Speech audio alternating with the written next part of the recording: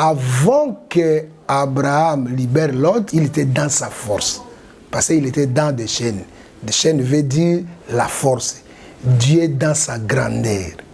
Mais quand Lot est pris captif, la Bible dit Abraham quitte les chaînes de Mamré, il descend à Sodome. Là, c'est David qui était sur le trône, qui a enlevé ses vêtements, qui a déchiré ses vêtements. Il est venu coucher à terre. Donc, ce mouvement qu'Abraham va faire de quitter les chaînes pour aller à Sodome, c'est Dieu qui s'est abaissé. Salut chers téléspectateurs, amis de DFB Télévision. Nous sommes très contents de vous retrouver encore aujourd'hui. Et nous vous remercions, vous qui nous suivez, vous qui avez partagé nos vidéos, nous vous disons merci. Alors, chose promise, chose faite, de vous retrouver pour notre 4e numéro. Nous voici devant vos postes téléviseurs. Alors, nous vous remercions, vous qui avez regardé l'émission et partagé. C'est une manière de contribuer à l'œuvre du Seigneur. Aujourd'hui, nous allons continuer avec notre 4e numéro. Alors, nous vous laissons découvrir la sagesse d'en haut, car il est écrit, la gloire de Dieu, c'est de cacher les choses, tandis que la gloire du roi, c'est de sonder les choses cachées. Alors, nous vous laissons de découvrir les secrets de Dieu à travers le Saint-Esprit. Suivons et nous allons vous retrouver après. Mes très chers frères et sœurs de la parole, nous profitons d'abord de l'occasion pour vous saluer au nom de Jésus-Christ.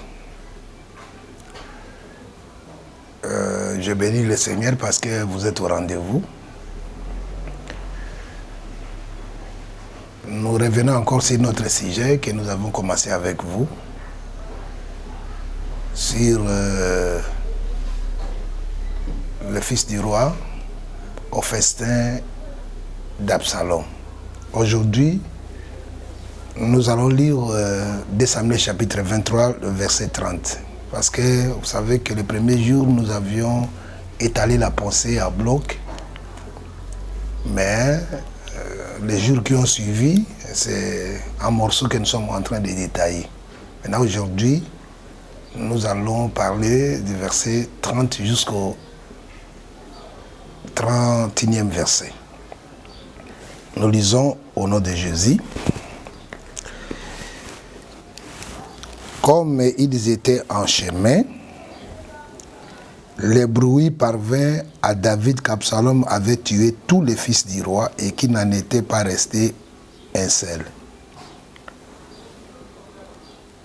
Notre point d'aujourd'hui, c'est le verset 31. Le roi se leva, déchira ses vêtements et se coucha par terre, et tous ses serviteurs étaient là, le vêtement déchiré.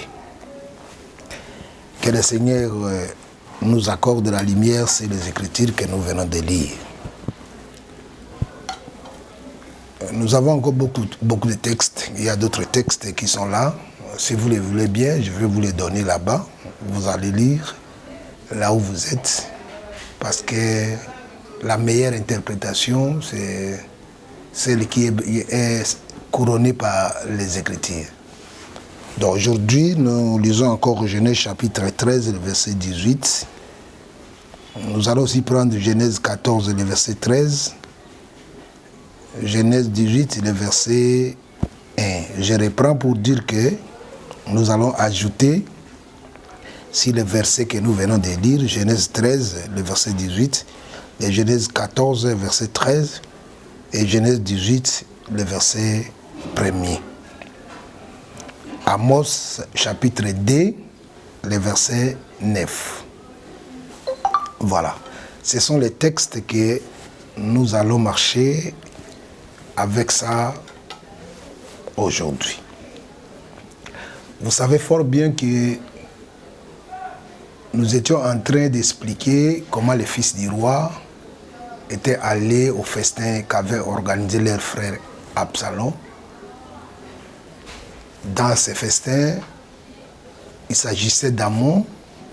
Amnon est mort et tous les fils du roi étaient morts. Nous avons dit que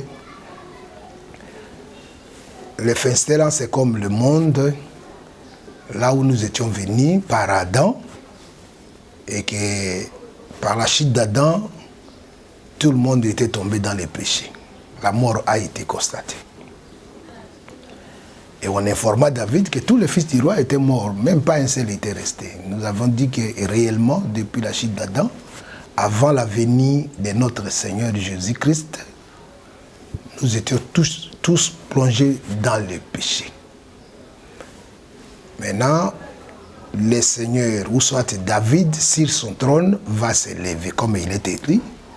Il se leva, il déchira ses vêtements, il coucha par terre. C'est ainsi qu'on vient l'annoncer encore que tous les fils du roi n'étaient pas morts sauf Absalom seul. Nous avons dit que David sur le trône, quand il se lève, c'est Dieu qui quitte le trône, qui prend une autre forme, il enlève les vêtements royaux, sa grandeur, le Dieu puissant qui descendait sur Sinaï, qui faisait trembler la terre, qui appelait les ténèbres et que tout le monde fuyait, a enlevé ces vêtements-là et il était devenu un simple homme, un serviteur. Parce que lorsqu'il couche par terre, veut dire il a pris le corps d'Adam. Parce que vous savez tous qu'il est dit d'Adam qu'il était poussière et il doit retourner à la poussière. Donc coucher par terre, c'est prendre le corps d'Adam. C'est ainsi que tous ceux qui étaient morts seront maintenant sauvés. Hein, vous savez fort bien que au festin que Samson, que les Philistins avaient organisé pour se moquer de Samson, lorsque Samson va briser les deux colonnes, 3000 environ étaient morts. Mais quand Jésus-Christ est venu et qu'il est mort pour nous, le jour de Pentecôte, environ 3000 aussi avaient repris vie. Donc, de même que j'ai dit que le premier message disait que les fils du roi, tous étaient morts. Mais le deuxième message, après le travail que le roi va faire là, en s'abaissant, on lui dira alors que tous les fils du roi sont vivants. Donc prenez par exemple que lors de l'événement que Samson avait manifesté au pays des Philistins, 3000 étaient morts, mais quand Jésus est mort et qu'il est ressuscité, 3000 âmes étaient sauvées. Donc c'est facile de comprendre. Maintenant aujourd'hui, je reviens seulement pour expliquer ce mouvement-là de David. Dieu qui est grand, David qui est grand, mais à cause de ses enfants, il déchire ses vêtements, il devient un simple homme. Aujourd'hui, je ne vais plus parler du nom de David, ni du nom d'Amnon, ni d'Absalom, ni des fils du roi, mais d'une autre manière. Abraham aussi, c'est un roi, c'est un grand roi. Vous le savez, il y a Abraham homme et il y a Abraham Dieu. Lorsqu'on dit que tournez le regard sur votre père Abraham, c'est sur lui que vous êtes taillé, ainsi de suite. Là, on parle de Dieu lui-même. Parce qu'Abraham veut dire aussi Dieu. Le père de multitude, c'est Dieu qui est le père de multitude. Mais Abraham avait son frère Lot, ils étaient ensemble. Là, nous sommes dans la pensée de l'éternité, comme nous avons dit que les fils du roi étaient dans la pensée de l'éternité avec leur père.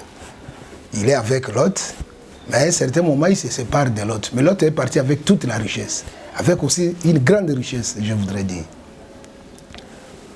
Et il y avait une suite considérable derrière Lot, lorsqu'il part à Sodome. Abraham est resté aussi avec sa richesse. De même, nous disons que, parce que Lot a acquis ses richesses derrière Abraham, parce que celui que Dieu l'avait appelé, c'était Abraham. De même, nous disons que Lot, c'est comme Adam. Adam en Éden était riche, mais la richesse, là, il avait acquis derrière Dieu. Dieu aussi est resté, comme Abraham, Lot est parti. Donc, Adam est en Éden. Maintenant, quand Lot est en Sodome, la Bible dit que ces rois-là vont venir et attaquer Sodome. Ils vont prendre Lot, ses richesses, sa famille, le peuple qui était derrière lui là. Ils vont le prendre captif. C'est ce qu'on va annoncer à Abraham. Écoutez, On annonce Abraham, mais la Bible souligne dans Genèse chapitre 13, le verset 18, que Abraham, pendant qu'il recevait la nouvelle, il était dans son habitation parmi les chênes de Mamré. C'est-à-dire qu'Abraham habitait les chênes de Mamré. Pour le confirmer encore, Genèse 14, le verset 13, nous confirme que Abraham habitait les chênes de Mamré. Il habitait là-bas avant d'aller libérer Lot. Il habitait les chênes de Mamré. Alors vous allez voir comme si l'habitation d'Abraham dans les chênes de Mamré, c'était comme si c'était quelque chose de hasard. Oh, ce n'était pas de hasard. Parce que Lot est captif. En ce moment-là, Abraham est dans les chênes de Mamré. Nous pouvons lire avec vous pour confirmer la pensée. Je reviens sur Genèse chapitre 13, le verset 18. Là, je parle de l'habitation d'Abraham, là où il est habité. Je disais Genèse chapitre 13, le verset 18. Abraham leva ses tentes et vint habiter parmi les chênes de Mamré qui sont près d'Hébron. C'est-à-dire que Abraham, à un certain moment, son habitation était parmi les chênes de Mamré. C'est par là, dans Genèse chapitre 14, le verset 13, un fouillard vint l'annoncer à Abraham, l'Hébreu. Celui-ci habitait parmi les chênes de Mamré, l'Amoréen, frère d'Escol et frère d'Aner, qui avait fait alliance avec Abraham. Donc, au chapitre 13, on nous dit qu'Abraham habitait les chênes de Mamré. C'est ainsi que lorsqu'on va arrêter Lot, on le prend à l'esclavagisme. Donc, il est parti comme esclave, comme otage, comme prisonnier. On vient annoncer à Abraham, parmi les chênes de Mamré, dans son habitation, que Lot est pris captif. C'est ainsi qu'Abraham va quitter les chênes de Mamré. Il ira libérer Lot.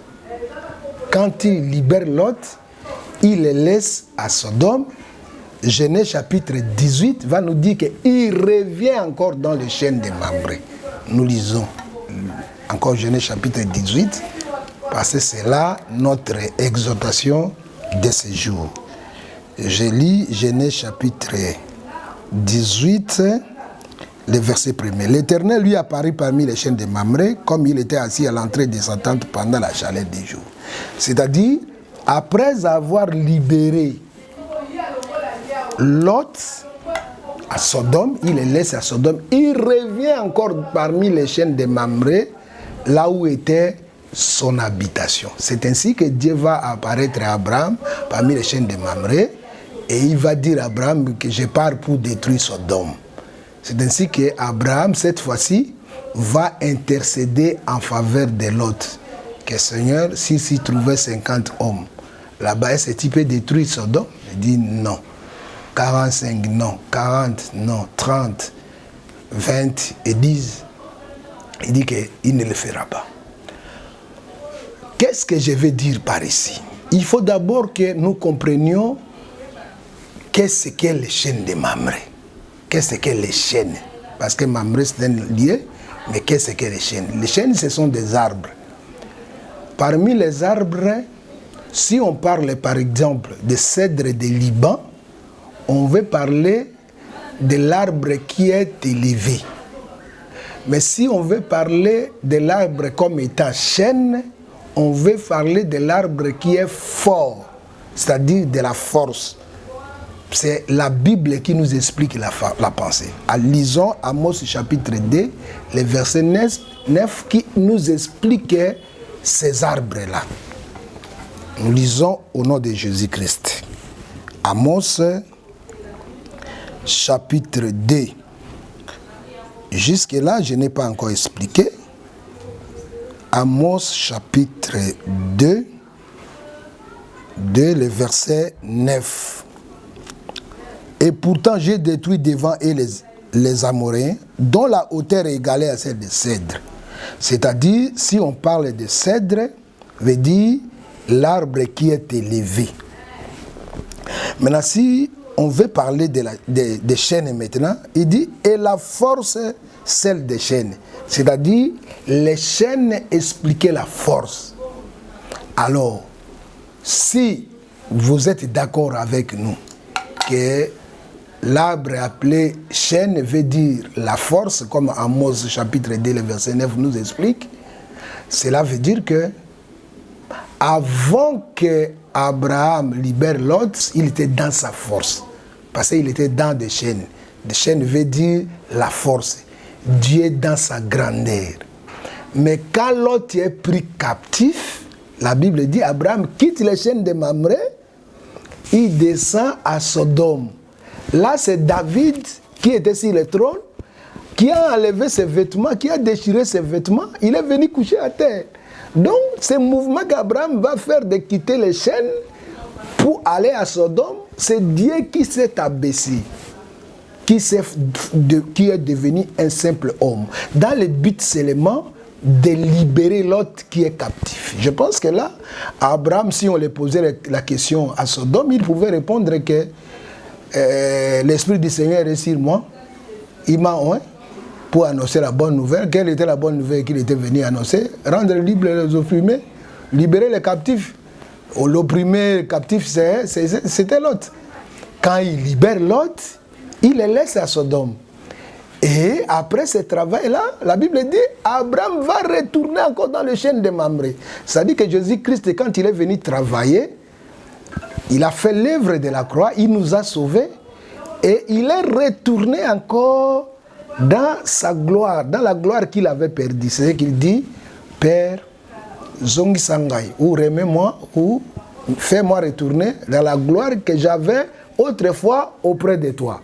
C'est-à-dire, Jésus veut dire qu'il avait perdu cette gloire à cause du travail qu'il avait fait pour sauver l'humanité.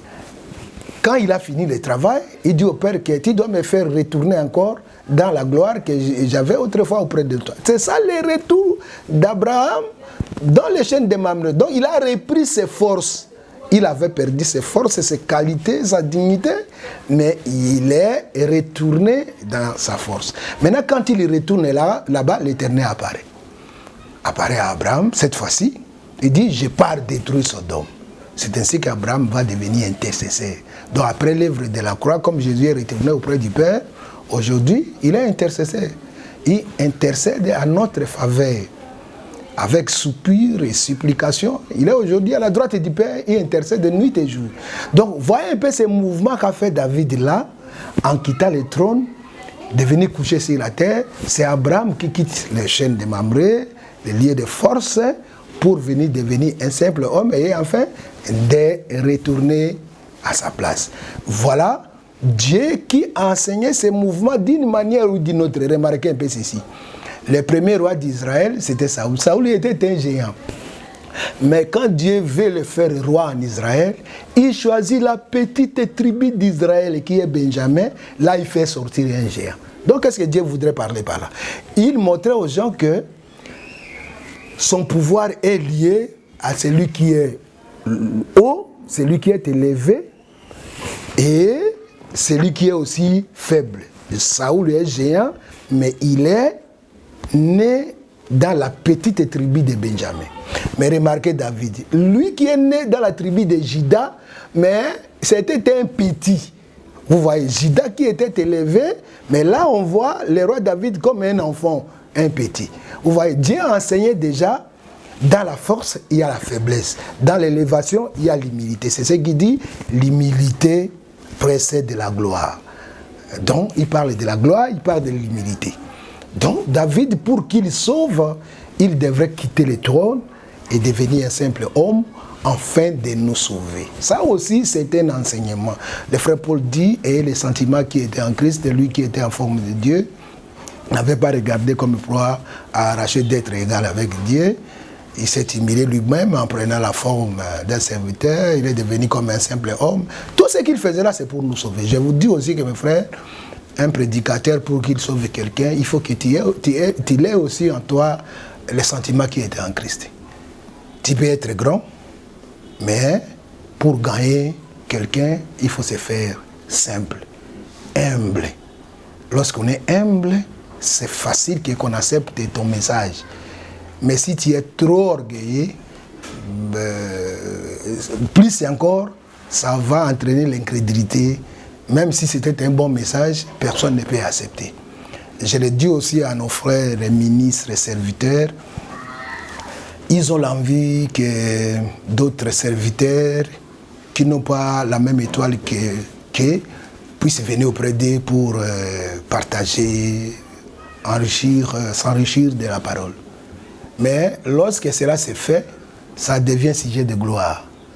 D'autres prennent ça comme si un sujet de gloire, même s'ils écoutent que celui-là est devenu aujourd'hui, ils disent non, qui est celui-là? Il venait apprendre auprès de moi. Non, ça, ce ne sont pas des qualités d'un homme de Dieu. Un homme de Dieu, c'est là où on trouve l'humilité, là où on trouve l'amour, la crainte de Dieu, les sentiments qui étaient en Christ. De même aussi, je le dis à tous les frères et sœurs qui sont en train de me suivre, que vous devez avoir en vous l'esprit aussi de l'humilité de considérer les frères. Vous savez, le Seigneur, le Créateur du ciel et de la terre, connaît l'importance de l'homme qu'il avait créé. Comment il a accepté d'abandonner son pouvoir, son autorité, et devenir un simple homme. Vous savez, frère, dans le même ordre d'idées, je vais encore ajouter une autre pensée. Samson qui était fort, qui tuait les Philistins, qui les frappait, personne ne pouvait les saisir. Mais qu'est-ce qui s'est fait? Samson, ce jour-là, il part du côté là-bas de Dan et il se cache dans les rochers. Alors les Philistins ne connaissaient pas l'endroit où était caché Samson. Mais les hommes de Juda avaient la connaissance que Samson s'est caché dans les rochers. Ils ont quitté Juda pour aller chercher Samson. Et quand ils sont venus trouver Samson, Samson se rend faible devant eux. Cela veut dire, vous savez, lorsqu'on parle de Juda, parce que Samson était de la tribu de Dan. La marche d'Israël, nous voyons Juda à la tête, Dan derrière. C'est-à-dire Juda était le grand, Dan était l'achèvement. Maintenant, pour que Dieu se rende faible, pour que Dieu sauve, qu'est-ce que Dieu va faire? Les hommes de Juda, qui est la tête, qui sont la tête, vont quitter Juda pour venir chercher Dan. Et quand Juda et Dan se rencontrent, c'est-à-dire quand Dieu s'abaisse, il devient faible, il devient le dernier, il n'est plus le commencement, il devient le dernier. En ce moment-là, nous voyons Samson devenir faible. Il se laisse entre les mains de ses frères et on les saisit, on les lie. Où était partie la force de Samson? La force de Samson était abaissée, était devenue faible seulement parce que Juda avait quitté son lien et était venu rassembler, retrouver Dan là où Dan se trouvait. Dieu s'est abaissé et là Dieu devient faible. Et on les lie avec des chaînes. C'est ainsi que on va prendre Samson et le remettre entre les mains des Philistins. Donc, pour que les païens, les Romains tuent le Seigneur Jésus-Christ, c'est d'entre les frères que le Seigneur était abaissé pour qu'il soit livré aux Philistins et qu'il soit livré aux Romains. Donc, c'est facile de comprendre. Ça y est, ces choses ici, nous les parlons seulement dans les soucis d'apprendre aux enfants de Dieu comment Dieu avait quitté le trône et il était venu devenir un simple homme afin de nous sauver. C'est ça la puissance que nous prêchons sur la prédication de la croix. Une puissance qui nous délivre. Qu'est-ce que la prédication de la croix? Dieu a accepté de devenir un simple homme. Dieu a accepté de subir les humiliations des hommes. Dieu a accepté de mourir. C'est ainsi que nous sommes sauvés. C'est ici aussi le plus grand amour. Le plus grand amour, c'est de donner sa vie pour son prochain. Jésus nous a enseigné cela d'une manière ou d'une autre. La Bible nous dit que pour que Jésus comble son amour envers ses disciples, c'est cette nuit-là qu'il a pris le pain, il a rompu, il leur a donné, il dit, c'est mon corps qui est donné pour vous. Il a pris le vin, il a donné, c'est mon sang qui est versé pour vous. Ah, nous comprenons que lorsque Jésus-Christ marchait, l'amour n'était pas encore dans son comble. Mais quand l'amour de Jésus est arrivé à son comble, ça devait le plus grand amour, il devrait prendre ses mains le pain pour dire aux gens que, pour vous montrer que je vous aime, mon corps est donné pour vous, mon sang est versé pour vous. Donc c'est ça l'acte que David a fait. Lorsqu'il quitte le trône, il devient un simple homme. Lorsqu'Abraham quitte les chaînes de Mamré, les lieux de force, il vient devenir un serviteur, il sauve l'autre, il les laisse comme Jésus nous a laissé dans ce monde ici. Il dit, Père, de tout ce que tu m'as donné, ça dit de l'autre que tu m'as donné, je les ai laissés dans ce monde, j'ai laissé l'autre dans ce monde, mais ils ne sont pas, l'autre n'est pas de ce monde, parce que l'autre n'était pas de Sodome, il était d'Abraham. Mais ce n'était pas encore le moment de venir prendre l'autre. Mais quand il va intercéder là-bas, et que le Seigneur va venir, comme l'autre avait la promesse, parce que c'est ce que l'autre attendait à Sodome, c'était seulement cette promesse-là que le Seigneur le fera sortir de Sodome. C'est ainsi qu'il va venir prendre l'autre et le faire monter sur la montagne. C'est ça l'enlèvement de l'Église. Mais ce que je voudrais expliquer, c'était seulement le mouvement que David avait fait lorsqu'il quitte le trône et devient un simple homme. J'ai donné une autre pensée parce que nous savons que notre Dieu parle tantôt d'une manière ou d'une autre. Si le même fait, il peut le dire à plusieurs reprises et de plusieurs manières. Donc, plusieurs manières, c'est ce que je suis sorti de David, j'ai prié Abraham. Vous allez remarquer qu'Abraham était roi. Quand il veut partir combattre, il avait plusieurs militaires autour de lui. De même aussi, David, sur le trône, quand il veut déchirer les vêtements, lui et ses serviteurs vont déchirer les vêtements. C'est ce que j'avais expliqué la fois passée, que ne voyez pas qu'il y avait plusieurs personnes autour de Dieu qui ont fait l'œuvre de la croix, mais c'est Dieu dans ses attributs. Dieu dans sa divinité. Parce que Jésus, quand il vient sur la terre, il avait amené tous les attributs de Dieu. C'est ce que la Bible dit, qu'en lui habitait corporellement toute la plénitude de la divinité. De même aussi, Abraham, quand il veut partir sauver, il avait une armée autour de lui. Et cette armée n'est rien autre qu'Abraham lui-même. C'est Dieu dans ses attributs, du Père, du Fils, du Saint-Esprit, du Rédempteur, du Sauveur, et ainsi de suite. De Dieu miséricordieux, de Dieu qui est là en colère, de Dieu qui est riche en beauté, et ainsi de suite. Moi, la vengeance, et ainsi de suite, tout ce que vous connaissez. Ce sont les attributs d'Abraham. Parce que parmi tous ces soldats-là, leurs noms n'étaient pas connus. Les noms qui étaient connus là, c'était les noms d'Abraham. Donc vous voyez, Jésus, dans lui, il y a multitude. Dans David, il y a plusieurs soldats autour de lui. Plusieurs serviteurs qui ont fait le même mouvement. Ne voyez pas ça dans ce sens-là, mais retournez en Éden, comme je vous avais dit, que Dieu, quand il crée l'homme, il dit, faisons l'homme à notre image. Mais quand il crée l'homme, il dit, Dieu a créé l'homme à son image. C'est-à-dire, les plusieurs, c'est Dieu lui-même. Voilà un peu la pensée que nous sommes en train de développer petit à petit dans cet enseignement que nous avions commencé avec vous. Ce que vous devez retenir, c'est quoi? Ce qui est important, nous donnons la valeur à l'œuvre que le Seigneur a fait. D'une manière simple aussi, Jésus est avec ses disciples autour de la table. Il est là, il est vêtu de beaux habits, des habits de dignité, parce que vous savez que notre Seigneur portait de beaux habits. Hein? Vous savez comment les soldats avaient tiré au sort à cause de ces vêtements. Il y avait des vêtements sans couture. Hein? Personne ne pouvait coudre ces vêtements. Ça s'explique Dieu, qui n'est jamais taillé par quelqu'un d'autre. Donc, il y avait des vêtements sans couture. On ne pouvait pas coudre ces vêtements. Donc, c'est un Dieu qui ne dépend de personne. Mais tandis qu'Adam qui dépendait de Dieu, Dieu avait cousu les vêtements pour Adam. Il avait cousu les vêtements pour Adam parce qu'il défendait. Vous avez remarqué même, là c'est une parenthèse, vous avez remarqué même que les souverains sacrificateurs qui marchaient pour veiller au chandelier, lui avait les bonnets sur la tête.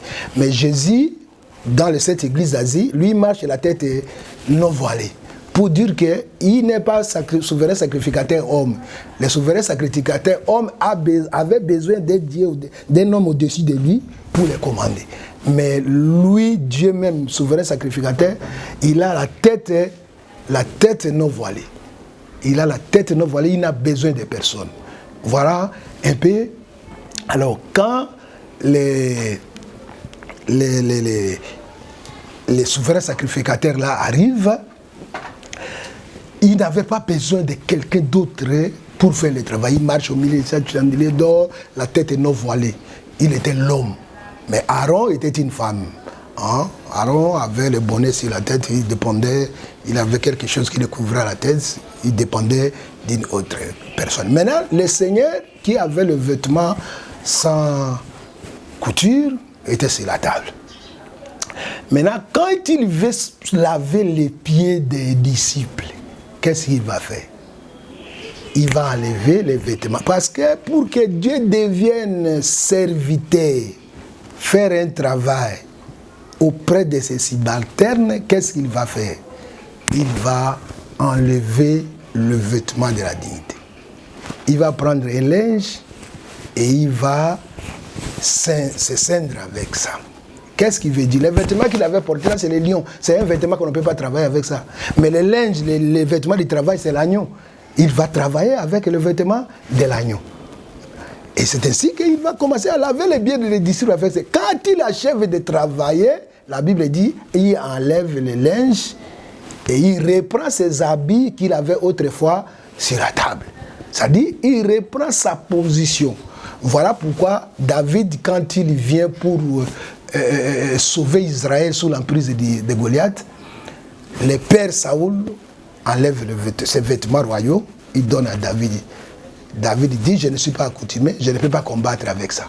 Mais au chapitre, parce que là c'est le chapitre 17, mais au chapitre 18, Jonathan, le fils de Saoul, enlève les vêtements, il donne à David. David les porte. C'est-à-dire, David comprend qu'on ne peut pas sauver le peuple avec les vêtements du père. Mais les vêtements qu'on peut sauver le peuple avec, c'est les vêtements du fils. Donc, il ne pouvait pas travailler avec les vêtements du père Saoul. Ça, c'est un vêtement qui est long et David ne peut pas sauver avec. Mais dans Samuel 18, nous voyons David porter les vêtements de Jonathan. Lorsque Jonathan ôte son manteau, ses vêtements, son arc, son épée, il donne à David. David les porte. Donc cela veut dire que